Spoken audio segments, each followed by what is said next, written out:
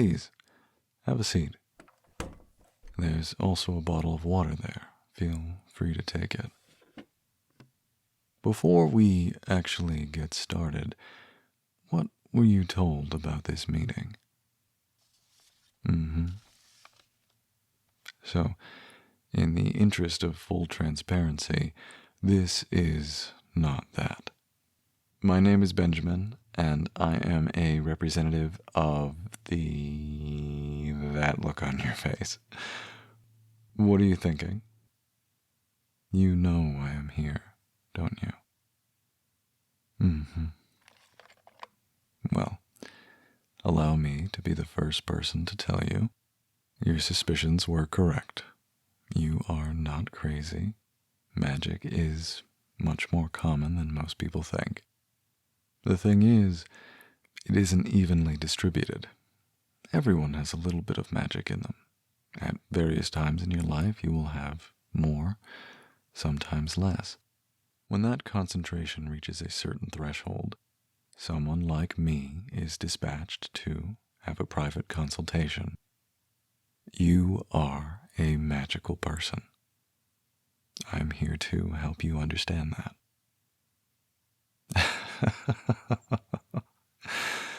Yes, that is a very common question. Has been for the last 30 years.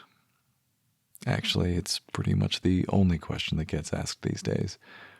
Unfortunately, no, you're not going to Hogwarts. I'm sorry. I used to be more condescending about that, but then I had kids and I understand the disappointment. The truth is more mundane. At the K through 12 level, magic classes are supplementary to the normal curriculum. It wouldn't make a lot of sense to teach potion making to a student who hasn't even taken a basic chemistry course. If you've seen trailers on campus, that's usually where the magical instruction is taking place. They're easier to clean and can be replaced at lower cost than brick-and-mortar classrooms. At the collegiate level, we offer technical courses for those who want to specialize, but also general ed and history for those who missed out in their elementary and intermediate years. For those post-college, there is night school, which is very thematic, I know.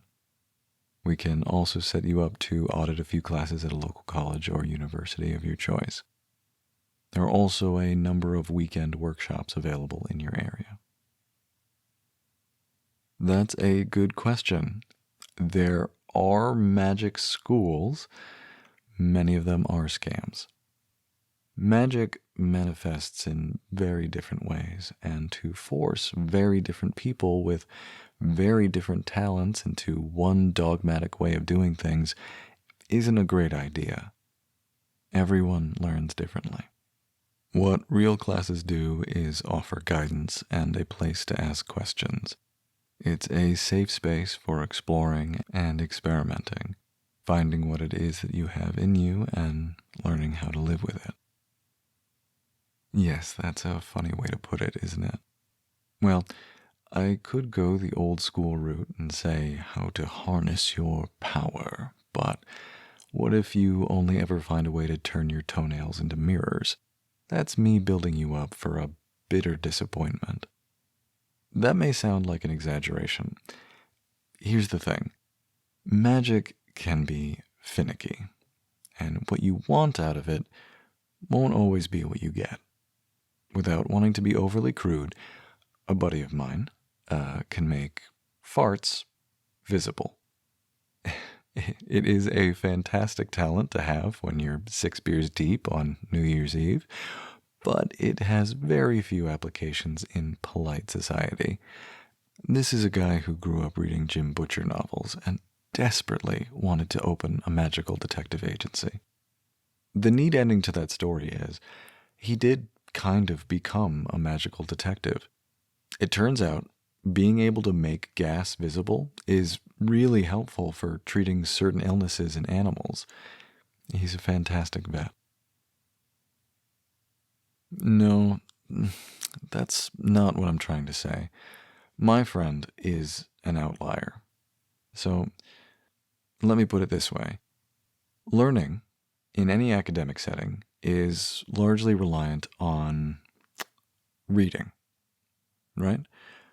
Homework, assignments, tests, book reports, they all presuppose you can read and comprehend the English language. If you happen to be dyslexic, that puts you at a major disadvantage, one that not all teachers and curricula are equipped to deal with, right? When it comes to magic, we all have dyslexia, to some degree. It works in a different way than the physics we accept in the material world. You may understand that you can light a candle from across a room or enchant a lock to open for no one but yourself. But how you express that concept, that's tricky. Dyslexics may struggle with word recognition and reading fluency and even spoken language. That doesn't make them dumb. It's that their brains are wired in a certain way that is often failed by standard education.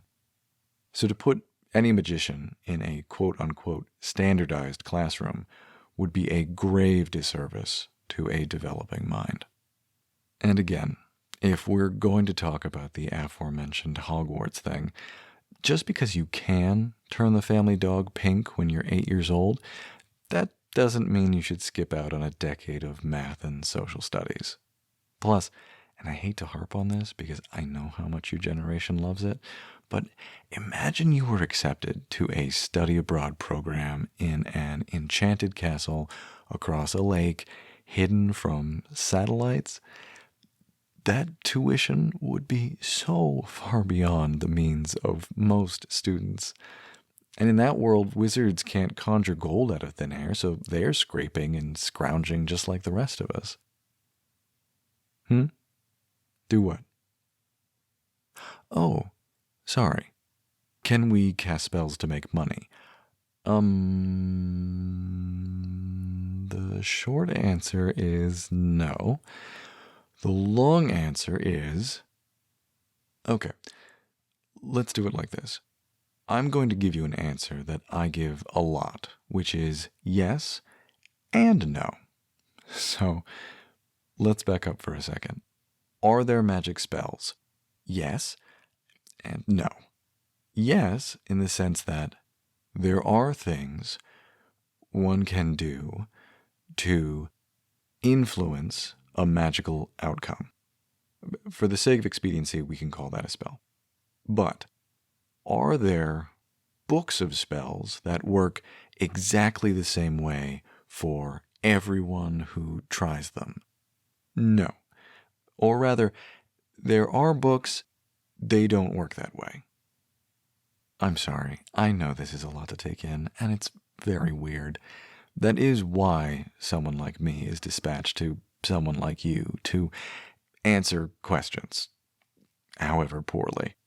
But let's get back to your original question. Can a person cast a spell to make money? Yes. Yes. But how that happens can vary wildly. For instance, luck is an element. I don't mean it's an element, I mean it's an element, just like tin or sodium. With strong enough magic, one can influence chains of luck to result in positive financial outcomes, though that does tend to throw the natural ecosystem of luck out of whack, and you get a cascade of monkey's paw problems. Anyway, you could cast a spell to locate gold, but the spell might lead you to a gold deposit that sits 3 miles underground. You just don't know. I did know a guy in college, different guy than the fart guy, who managed to summon a few $1,000s into his pillowcase. He was very gifted. Also the biggest stoner I've ever met. The problem was, we couldn't work out if he just transported money out of a bank vault or a cash register, or if he'd actually just made money out of nothing. Because if its serial numbers were valid, he wasn't just summoning money out of thin air. He was influencing the space-time continuum. He wasn't just conjuring dollar bills, he was retroactively changing the minds and machines of the mint that printed that money. Or did he just make a bunch of counterfeit money that would get us into a bunch of trouble if we spent it? It got really weird and existential, and we never really figured it out because the money eventually turned into a pile of hamsters. Anyway, it's complicated is the best answer I can give you right now. You'd think there would be a definitive answer to this. Not only does science tell us nothing can be created or destroyed, surely, you must be thinking, some magical scholar in the past would have a long, boring treatise on the subject. But magic users have traditionally been a secretive bunch, and when found out, tend to get exterminated pretty thoroughly, sometimes by each other. Our records only go back so far. I guarantee you there are beautiful lost works in private collections, but who has them and how you could ever see them is a mystery. And frankly, most people don't practice magic powerful enough to worry about things like that. What kind of magic do I do? I respect your curiosity, but we're not here to talk about me. My job is not to show off, it's to conduct your consultation and recommend courses to you, should you be interested in taking them. Oh, nice diversion. How long have I been doing this? Well, this job I haven't been doing for very long, only about 20 years. Is it? Look, let's get back on track. I can't give you a magic show, or even answers to all of your questions. But I guarantee, if you enroll in classes, you will meet many people who enjoy searching for the same answers you are. Oh, yes, that's what witches have been doing since forever. Well, some people still call themselves witches. Every locality has its own name for its magic-forward communities. In various places, they are known as covens, compacts, circles, rings, sisterhoods, brotherhoods. Fellowship has been pretty popular in recent years. You get the idea. Me? Oh, I'm boring. I just call it the group. But I'm also in AA, so I'm part of both the program and the group. Yeah, I told you. I'm boring. But I score high on charisma for some reason, so that's why they gave me this job. Who's they? No, not the Illuminati. It's the school board. No, the regular school board. Consults like this are funded by the state. We do have a lot of private funding, of course, but there are still a few New Deal programs that are buried in various education budgets. We worked really hard to get Roosevelt on board with this kind of public outreach, and he was very receptive. This might seem like a covert operation, but it really isn't. It doesn't need to be. Exactly. Because of the magic. If you don't mind, I'd like to ask you a few questions about yourself. The interview portion of this consult is entirely voluntary, and you can pass on any of the questions you don't wish to answer. Would you be comfortable with that? Wonderful. These questions will help us to get a sense of your affinities. There are no right or wrong answers. Okay? Okay. Question 1. What is your earliest childhood memory?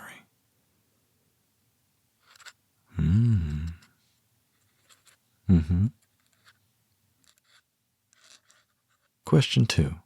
Do you prefer sweet or savory flavors?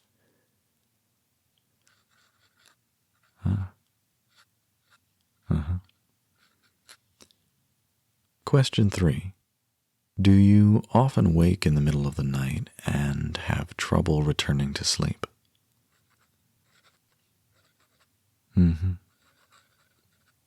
Well, it can be that.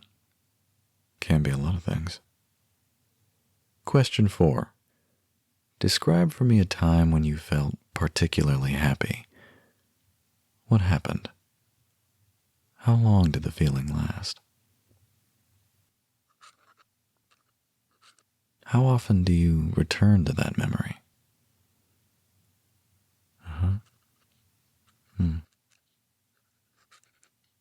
Question 5. What is your favorite color? Do you really want me to tell you, or would you prefer to keep it a mystery? Well, that answers question 6.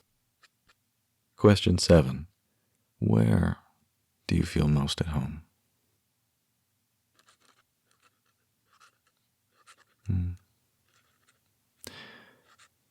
Question 8. Has anything ever happened to you, or have you seen something that you cannot easily explain?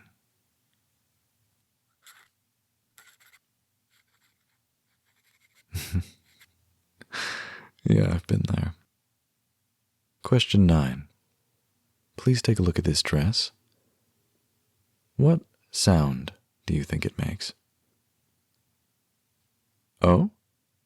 Is there something strange about the color? What color do you think it is? Interesting.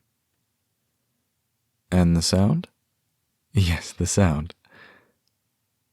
Yeah, just take a moment, look at it, take a deep breath. Aha! Now we're getting somewhere. I'm afraid I can't answer that. Question 10. Pick a card. Any card. No, just kidding. Here's the real question. First, please put your hand on the table, palm down, with your fingers touching the table. I will put my hand over here.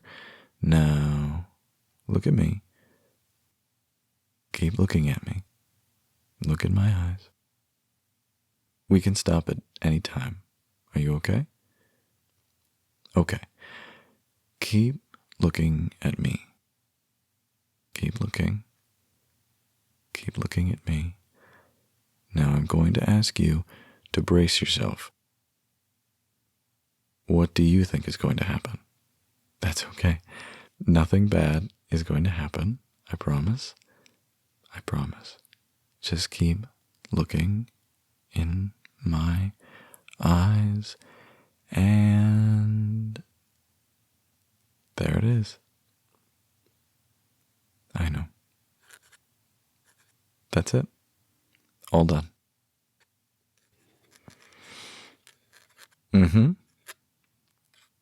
That was, some people call it tuning. It's not the only way to test, but I think it's one of the gentlest. The best way I can describe it is, well, I can see you, and I can hear you, and now I know what it's like to share a table with you.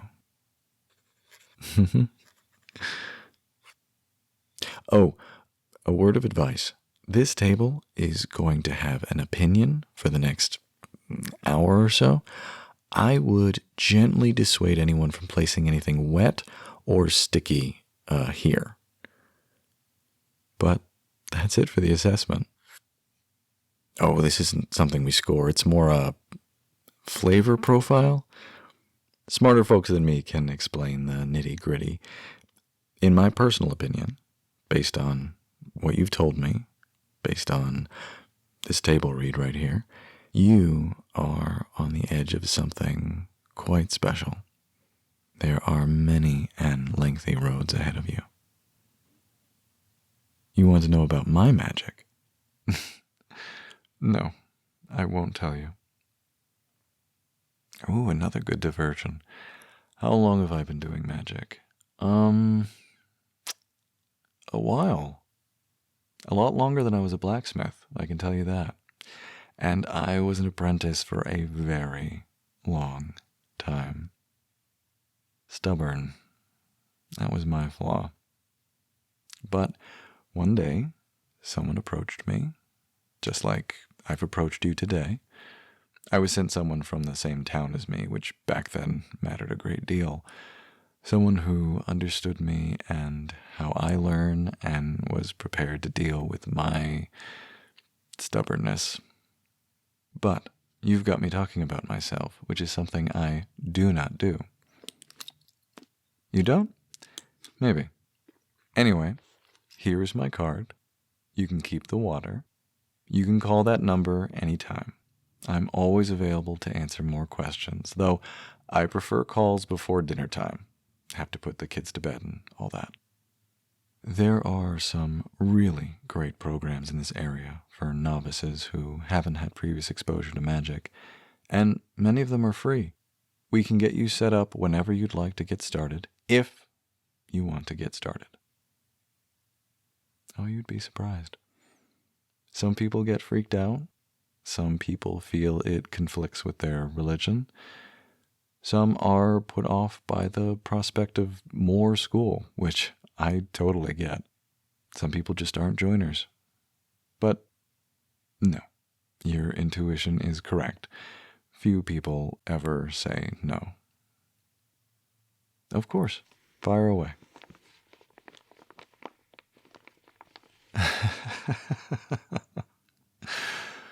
You know, I am getting that question more and more. It's perfectly understandable. Everything else is on there. I'd love to say every person who practices magic does so in good faith, that we've all sworn ourselves to secrecy to protect this strange, beautiful, dangerous thing. They don't. And even if they did, people can't keep secrets that big. That's why most conspiracy theories are nonsense. Anyway, there's nothing to it, really. Magic doesn't work on the internet. Is that all there is to it? Well, yes and no. Think of them as incompatible systems. You can't play a CD-ROM in a cassette player. You can't ride a horse in a rowboat. My analogy doesn't make sense. You might be right. Could be why I'm a consultant, not a teacher. It was very nice meeting you. Keep asking questions, please. That's what life is for. I hope to see you again. Yes, in the group. Godspeed, yo. Toodaloo.